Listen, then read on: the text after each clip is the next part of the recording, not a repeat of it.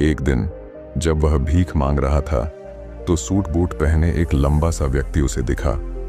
उसने सोचा कि यह व्यक्ति बहुत अमीर लगता है, इससे भीख मांगने पर यह मुझे जरूर अच्छे पैसे देगा। वह उस लंबे व्यक्ति से भीख मांगने लगा। भिखारी को देखकर उस लंबे व्यक्ति ने कहा, तुम हमेशा मांगते ही रहते हो, क्या कभी किसी को कुछ देते भी हो?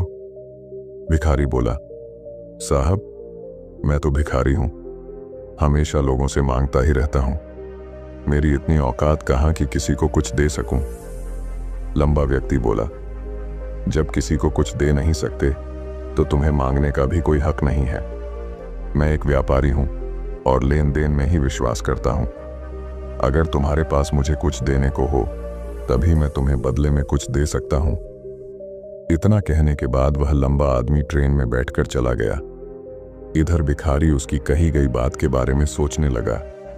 उस लंबे व्यक्ति के द्वारा कही गई बात उस भिखारी के दिल में उतर गई। वह सोचने लगा कि शायद मुझे भीख में अधिक पैसा इसीलिए नहीं मिलता क्योंकि मैं उसके बदले में किसी को कुछ दे नहीं पाता हूं। लेकिन मैं तो भिखारी हूं, किसी को कुछ देने लायक भी नहीं हूं। लेकिन कब तक मैं लोगों को बिना कुछ दिए केवल मांगता ही रहूंगा? बहुत सोचने के बाद उस भिखारी ने निर्णय किया कि जो भी व्यक्ति उसे भीख देगा उसके बदले में वह भी उस व्यक्ति को कुछ जरूर देगा। लेकिन अब उसके दिमाग में यह प्रश्न चल रहा था कि वह खुद भिखारी है तो भीख के बदले में वह दूसरों को क्या दे सकता है। इस बात को सोचते हुए 2 दिन हो गए, लेकिन उसे अपने प्रश्न का कोई उत्तर नहीं मिला था। तीसरे दिन जब वह स्टेशन के पास बैठा हुआ था तभी उसकी नजर कुछ फूलों पर पड़ी जो स्टेशन के आसपास के पौधों पर खिल रहे थे।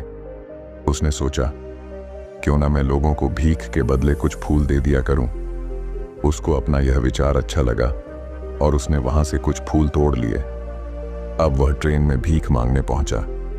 अब जब भी कोई उसे भीख देता तो उसके बदले में वह भीख देने वाले को कुछ फूल दे देता। उन फूलों को लोग खुश होकर अपने पास रख लेते थे। अब भिखारी रोज फूल तोड़ता और भीख के बदले में उन फूलों को लोगों में बांट देता था। कुछ ही दिनों में उसने महसूस किया कि अब उसे बहुत अधिक लोग भीख देने लगे हैं। वह स्टेशन के पास के सभी फूलों को तोड़ लाता था। जब तक उसके पास फूल रहते थे तब तक उसे बहुत से लोग भीख देते थे, लेकिन जब फूल बांटते बांटते खत्म हो जाते तो उसे भीख भी नहीं मिलती थी। अब रोज ऐसा ही चलता रहा। एक दिन जब वह भीख मांग रहा था तो उसने देखा कि वही लंबा व्यक्ति ट्रेन में बैठा है, जिसकी वजह से उसे भीख के बदले फूल देने की प्रेरणा मिली थी। वह तुरंत उस व्यक्ति के पास पहुंच गया और भीख मांगते हुए बोला, आज मेरे पास आपको देने के लिए कुछ फूल हैं, आप मुझे भीख दीजिए तो बदले में मैं आपको कुछ फूल दूंगा।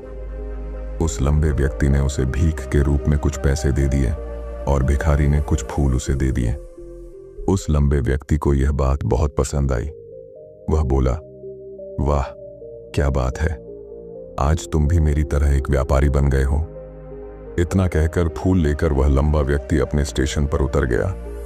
लेकिन उस लंबे व्यक्ति द्वारा कही गई बात एक बार फिर से उस भिखारी के दिल में उतर गई। वह बार बार उस लंबे व्यक्ति के द्वारा कही गई बात के बारे में सोचने लगा और बहुत खुश होने लगा। उसकी आंखें अब चमकने लगीं। उसे लगने लगा कि अब उसके हाथ सफलता की वह चाबी लग गई है जिसके द्वारा वह अपने जीवन को बदल सकता है। वह तुरंत ट्रेन से नीचे उतरा और उत्साहित होकर बहुत तेज आवाज में ऊपर आसमान की तरफ देखकर बोला, मैं भिखारी नहीं हूं, मैं तो एक व्यापारी हूं, मैं भी अमीर बन सकता हूं। लोगों ने उसे देखा तो सोचा कि शायद यह भिखारी पागल हो गया है और अगले दिन से वह भिखारी उस स्टेशन पर फिर कभी नहीं दिखा। लेकिन 6 महीने बाद इसी स्टेशन पर 2 व्यक्ति सूट बूट पहने हुए यात्रा कर रहे थे। दोनों ने एक दूसरे को देखा तो उनमें से एक ने दूसरे से हाथ मिलाया और कहा, क्या आपने मुझे पहचाना? दूसरा व्यक्ति बोला, नहीं, क्योंकि मेरे हिसाब से हम लोग पहली बार मिल रहे हैं। पहला व्यक्ति बोला, नहीं, आप याद कीजिए, हम पहली बार नहीं बल्कि तीसरी बार मिल रहे हैं। दूसरा व्यक्ति बोला, मुझे याद नहीं, वैसे हम पहले 2 बार कब मिले थे? अब पहला व्यक्ति मुस्कुराया और बोला, हम पहले भी 2 बार इसी ट्रेन में मिले थे, मैं वही भिखारी हूं। जिसको आपने पहली मुलाकात में बताया कि मुझे जीवन में क्या करना चाहिए, और दूसरी मुलाकात में बताया कि मैं वास्तव में कौन हूं।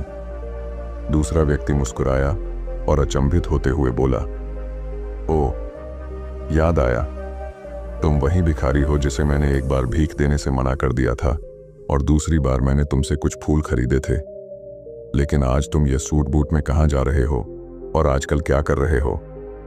तब पहला व्यक्ति बोला, हाँ, मैं वही भिखारी हूं, लेकिन आज मैं फूलों का एक बहुत बड़ा व्यापारी हूं और इसी व्यापार के काम से ही दूसरे शहर जा रहा हूं।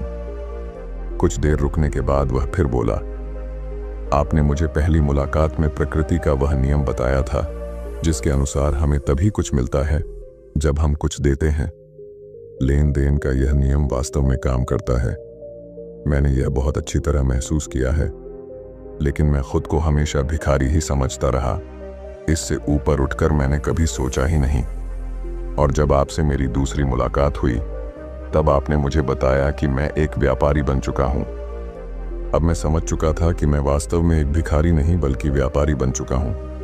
मैंने समझ लिया था कि लोग मुझे इतनी भीख क्यों दे रहे हैं, क्योंकि वह मुझे भीख नहीं दे रहे थे बल्कि उन फूलों का मूल्य चुका रहे थे। सभी लोग मेरे फूल खरीद रहे थे क्योंकि इससे सस्ते फूल उन्हें कहाँ मिलते। मैं लोगों की नज़रों में एक छोटा व्यापारी था, लेकिन मैं अपनी नज़रों में एक भिखारी ही था। आपके बताने पर मुझे समझ आ गया कि मैं एक छोटा व्यापारी हूँ। मैंने ट्रेन में फूल बांटने से जो पैसे इकट्ठे किए थे उनसे बहुत से फूल खरीदे और फूलों का व्यापारी बन गया।